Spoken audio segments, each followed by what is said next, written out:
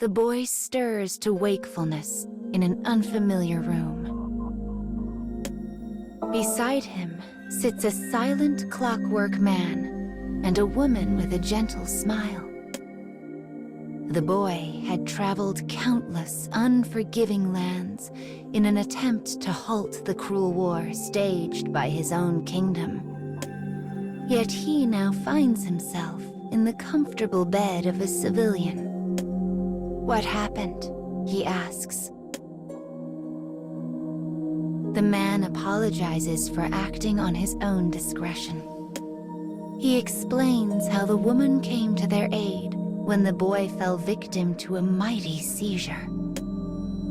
As the boy begins to thank his rescuer, he silently curses the inadequacy of his frail and sickly body.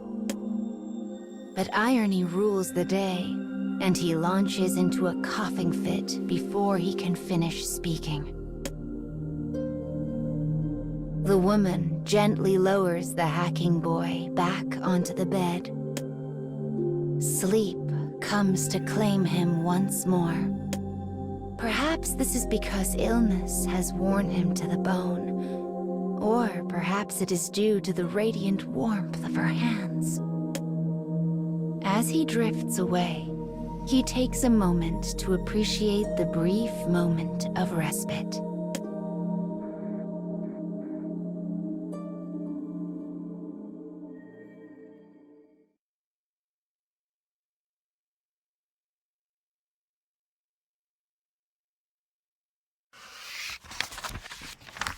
Several days have passed since the boy began his treatment in the woman's humble abode. He occasionally hears commotion erupt outside.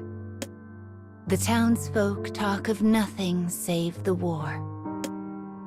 The fires of battle spread daily across the land, and they fear their town will soon be set to burn.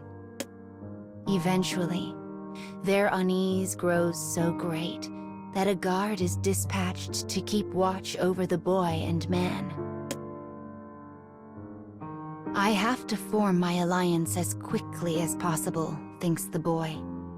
"I must forge a peace among these warring nations." Despite the boy's conviction, his weakened body fights him at every turn. Instead of helping the people, he finds himself increasingly reliant on their aid.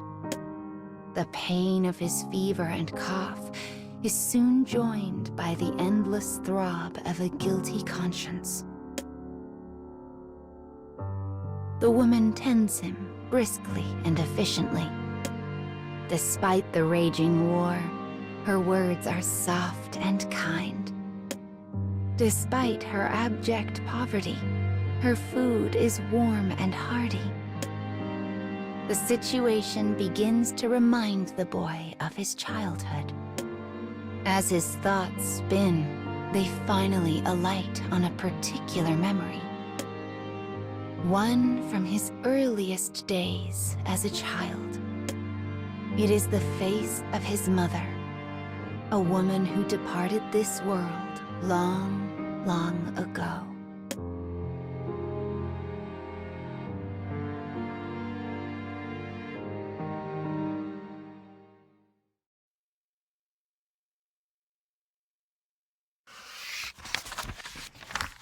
Slowly but surely, the boy progresses in his recovery. One day, a thought occurs to him.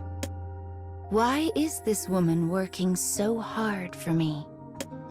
And why does she remind me of my mother? The boy asks his clockwork companion if he knows anything of her circumstances. The man nods and reaches for a nearby picture frame that is turned face down. He flips it over to reveal a family photograph. The man then begins to speak of the room's history. This country keeps a database of all citizens, one he had been able to access. He continues speaking, his voice dry and emotionless. He tells the boy what he found in the records of the woman's family. The room in which they rest once belonged to her child. The same child who smiles so brightly in the photo. But the fires of war had claimed him some time ago. And just as the boy sensed his late mother in the woman, so too did she sense her late child in him. A time of respite, a woman's devotion, a veiled love. Pain shoots through the boy's heart, but it does not come from his illness. Instead, it comes from a realization that his own homeland is responsible for all of this.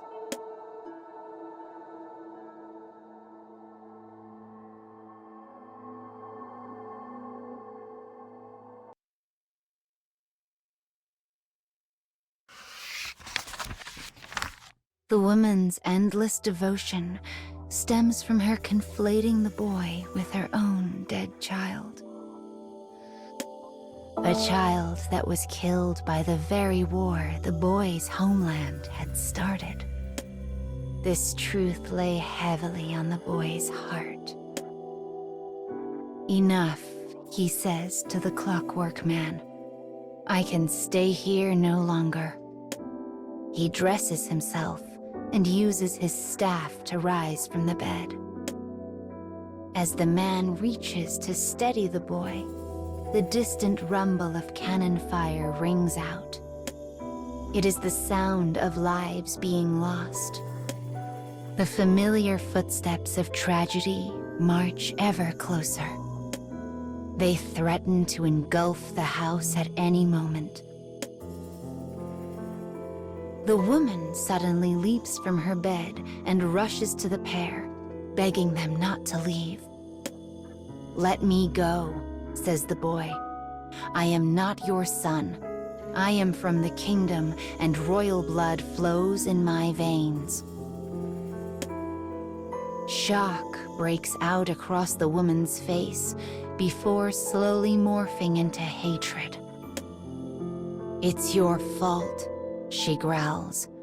Your fault. My son is dead, and it's all your fault. She lets forth an agonized howl, the pain of a mother tormented by an immutable past. Yes, replies the boy. I am responsible. He bows his head deeply. He knows he is the target of her hatred, and he knows that it is earned. As they abandon the house, the boy's fever spikes, and the pain threatens to blot out his consciousness. But he continues stumbling on. He will protect the woman and her house. He will stop the war. He will bear the burden of hate for as long as he must. That is why he walks on, and why he never looks back.